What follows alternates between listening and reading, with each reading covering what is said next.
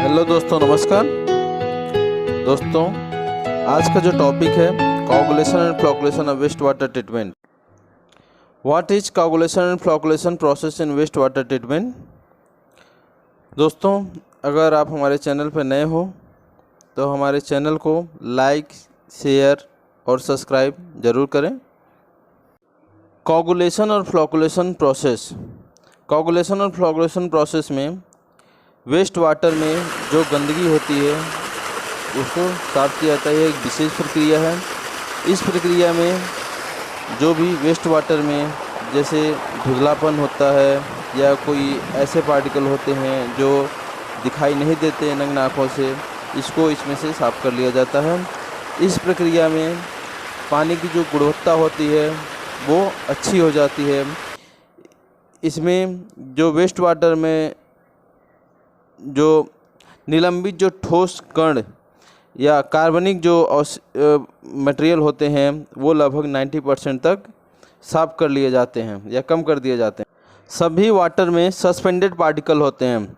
ये छोटे कण कोलाइडल होते हैं। इनमें भौतिक बलों की क्रिया द्वारा स्थिरता आ जाती है, क्योंकि पानी में निलंबन होने के कारण सभी पर ऋणात्मक आवेश होता है। वाटर में सस्पेंडेड पार्टिकल को स्थिर करने वाली ताकतों को कोगुलेशन और फ्लोकुलेशन दो अलग अलग प्रक्रियाएं हैं।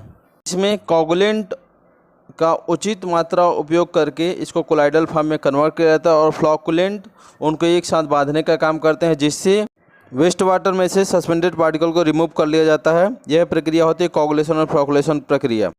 कोगुलेशन प्रोसेस बहुत पुरानी प्रक्रिया है। यह 2000 ईसा पूर्व मिस्र में उपयोग किया जाता था और अभी भी इसको करते हैं ये पानी साफ करने के लिए। इस प्रक्रिया में वेस्ट वाटर में जो कोलाइडल पार्टिकल होते हैं उनके ऊपर जो नेगेटिव चार्ज होता है उसके ऊपर कोगुलेंट ऐड करने के बाद उसके जो नेगेटिव चार्ज होते हैं वो ख़त्म हो जाते हैं। उसको कोलाइडल फॉर्म में कन्वर्ट कर लिया जाता है। कोगुलेंट कितने तरह के होते हैं? कोगुलेंट इनऑर्गेनिक कोगुलेंट होते हैं, ऑर्गेनिक कोगुलेंट होते हैं। अब देखते हैं इनऑर्गेनिक कोगुलेंट कौन कौन से होते हैं। एल्युमिनियम जो कोगुलेंट होते हैं, जिसमें देखिए aluminium sulphate, aluminium chloride, aluminium sodium aluminate.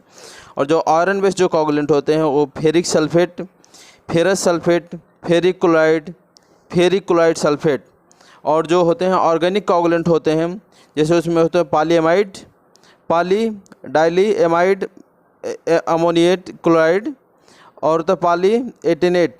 Inorganic coagulant अधिकांश जो ठोस जो पदार्थ होते हैं वाटर में, इनको हटाने के लिए एल्युमिनियम और लोहे कोगुलेंट दोनों का प्रयोग किया जाता है। इसके कई लाभ हैं। पहला लाभ इसका होता है, जो पानी के अंदर जो कोलाइडल जो पार्ट होते हैं उनके ऊपर जो चार्ज होता है, चार्ज को ख़त्म करते हैं, उनमें भारी घनत्व डेवलप करते हैं और उसके बाद उसको इकट्ठा करते हैं, उसको कलेक्ट करते हैं। दूसरा फ़ायदा होता है, जो कार्बनिक जो पॉल्यूटेंट होते हैं उनको रिमूव करते हैं और क्लोरीन के साथ मिलके कीटाणु शोधक का काम करते हैं। जो तीसरा जो फ़ायदा होता है, इसमें जो लागत होती है बहुत कम लगती है और बेनिफिट ज़्यादा होते हैं। इनऑर्गेनिक कोगुलेंट के कुछ फ़ायदे हैं तो कुछ नुकसान भी हैं, जैसे कि ये बहुत मात्रा में फ्लॉक्स बनाते हैं। ये जो धातु से भरपूर होते हैं, जिन्हें पर्यावरण में अनुकूल तरीके से निपटाना थोड़ा महंगा पड़ता है। ये पानी के पीएच को महत्वपूर्ण रूप से बदल देते हैं। जहां पर पीएच प्रभावी जमावट के लिए महत्वपूर्ण पीएच नियंत्रण की आवश्यकता होती है, जिन्हें संरक्षण, प्रतिरोधी भंडारण और फीड उपकरण की भी आवश्यकता होती है। Aluminium sulphate, chloride, ferric sulphate, chloride और फेरस सल्फेट अत्यधिक अम्लीय होते हैं, क्षारीयता को नष्ट करते हैं और पीएच को कम करते हैं। दूसरी ओर सोडियम एल्युमिनेट क्षारीयता जोड़ देता है और पीएच को बढ़ा देता है। तो हो गए इनऑर्गेनिक कोगुलेंट के फायदे और नुकसान। अब हम देखते हैं कार्बनिक जो होते हैं ऑर्गेनिक कोगुलेंट, इनके फ़ायदे क्या क्या होते हैं। वैसे देखते हैं, अधिकांश जो कोगुलेंट जो ठोस पार्टिकल को हटाने के लिए पॉलीमाइन या पॉली डेडमेक दोनों कोगुलेंट बहुत प्रभावी साबित होते हैं। टैनेट तेल और वसा में विशेष रूप से अच्छे हैं, वो कई लाभ प्रदान करते हैं। जैसे कि देखिए, पहला क्या है, कम चार्ज किए गए निलंबन कणों को अधिक प्रभावी ढंग से बेअसर करने के लिए अपेक्षाकृत कम चार्ज घनत्व सक्षम करें। धातुओं या हाइड्रोक्साइड के बिना माइक्रोफ्लॉक्स गठन को बढ़ाने वाली लंबी बहुलक श्रृंखलाएं तैयार करते हैं, जो फ्लॉक्स जनरेट करते हैं, जो ज़्यादा फ्लॉक्स बनाते हैं। कार्बनिक अग्रदूतों के एक हिस्से को हटाने में सक्षम, जो क्लोरीन के साथ मिलकर कीटाणुशोधक उत्पादक बना सकते हैं। छोटे फ्लॉक्स वॉल्यूम का उत्पादन करते हैं। तरल रूप से गैर संचारक प्रत्यक्ष उपयोग के लिए तैयार, पीएच से प्रभावित न हो और शायद ही कभी ना मामूली रूप से प्रभावित होते हैं। ऑर्गेनिक कोगुलेंट के भी कुछ नुकसान हैं। यह उच्च इकाई लागत, इसकी लागत है ज़्यादा लगती है। यदि चार्ज की मांग अधिक है तो उच्च खुराक की आवश्यकता होती है, इसमें डोजिंग की आवश्यकता ज़्यादा होती है। लो डेंसिटी फ्लॉक्स हमेशा अच्छी तरह से व्यवस्थित नहीं होता है। सबसे ज़्यादा और इनऑर्गेनिक केमिकल कोगुलेंट जो वेस्ट वाटर में जो उपयोग किए जाते हैं, जैसे कि अपशिष्ट जल उपचार में के लिए कोगुलेंट के लिए एल्युमिनियम सल्फेट सबसे अधिक इस्तेमाल किया जाने वाला रसायन है। अतिरिक्त आमतौर पर इस्तेमाल किए जाने वाले कोगुलेंट में सोडियम एल्यूमिनेट, फेरिक सल्फेट और फेरिक क्लोराइड भी शामिल हैं। इनऑर्गेनिक जो केमिकल कोगुलेंट होते हैं उनके बारे में डिटेल से जानते हैं। जैसे एल्युमिनियम सल्फेट सबसे ज़्यादा इस्तेमाल किए जाने वाला कोगुलेंट है। यह कई रूप में पाया जाता है, जैसे ठोस हो गया, पाउडर हो गया, कई रूप में पाया जाता है। ये पानी में मिलाने के बाद एसिडिक सॉल्यूशन बनाता है। इसका प्रयोग करने से पानी में जो गंदगी होती है, कलर होती है, इन दोनों को ये क्लियर कर देता है और एक संतोषजनक रिजल्ट देता है। इस कोगुलेंट में पीएच के नियंत्रण बहुत महत्वपूर्ण होता है। एल्युमिनियम सल्फेट का जो इफेक्टिव पीएच रेंज होता है 6.5 to 7.5 होता है। इसमें ये सबसे अच्छा रिजल्ट देता है।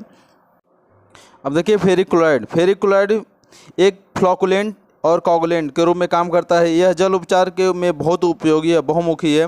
और फेरिक सल्फेट एक विकल्प है। यह आमतौर पर तेज़ी से अवसादन को बढ़ाता है, खासकर ठंडे पानी में। हालांकि यह कम लोकप्रिय विकल्प है क्योंकि क्लोराइड पानी की जंग को बढ़ा सकता है। दोस्तों इसी तरह इसमें एल्युमिनियम सल्फेट में भी होता है। एल्युमिनियम सल्फेट में क्या है, लो टेम्परेचर पे इसकी इफिशिएंसी कम हो जाती है।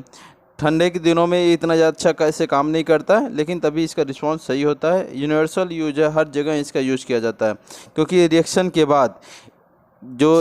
बाद जो वेस्ट वाटर में जो सुपरनेटेंट है या स्लज में कोई कुछ कलर नहीं छोड़ता। सोडियम एल्युमिनेट क्या करता है, कीचड़ कम उत्पन्न करता है।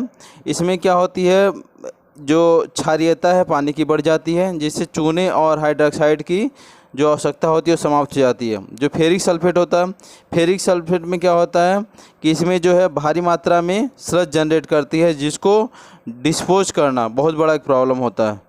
इसीलिए सबसे ज़्यादा जो कोगुलेंट है वो एल्युमिनियम सल्फेट यूज़ किया जाता है, क्योंकि ये हर मामले में अच्छा होता है। कोगुलेशन प्रोसेस के बाद अब फ्लॉकुलेशन प्रोसेस पे चलते हैं। फ्लॉकुलेशन प्रोसेस में क्या होता है, जो भी कोगुलेंट डालने के बाद वेस्ट वाटर में जो भी कोलाइडल फॉर्म होते हैं, न्यूट्रलाइजेशन के बाद उसमें जब फ्लॉकुलेंट डाल लेते हैं तो जो कोलाइडल पार्टिकल होते हैं वो गैदरिंग होते हैं, वो धीरे धीरे इकट्ठे हो जाते हैं।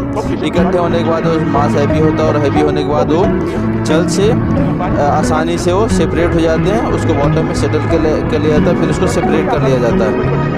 दोस्तों कोगुलेशन और फ्लॉकुलेशन प्रक्रिया इस तरह से कंप्लीट हो जाती है। अच्छा दोस्तों, इसके बाद एक पूछते हैं, एक सवाल है कि कोगुलेशन और फ्लॉकुलेशन प्रक्रिया में क्या चीज़ रिमूव किया जाता है।